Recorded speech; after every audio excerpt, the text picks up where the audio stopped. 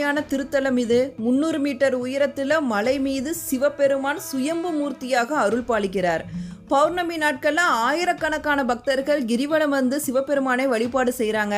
அதனால தான் இந்த கோவில் கோயம்புத்தூரோட திருவண்ணாமலை அப்படின்னு அழைக்கப்படுது. மகாபாரதத்தில் பஞ்சபாண்டவர்கள் வனவாசம் செய்த போது இந்த மலையில் எழுந்தருளி உள்ள சுயம்புலிங்கத்தை தர்மர் வழிபட்டதாகவும், தர்மர் சிவ வழிபாடு செய்தபோது பீமன் மலையின் அடிவாரத்தில் இருந்து காவல் காத்ததாகவும் இந்த கோவிலோட தலப்புராணம் சொல்லுது.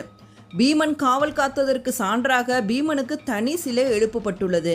தர்மர் வழிபாடு செய்தனால இந்த மலைக்கு தர்மலிங்க மலையினும், சிவபெருமானுக்கு தர்மலிங்கேஸ்வரர் அப்படிங்கிற பெயரும் வந்துச்சு.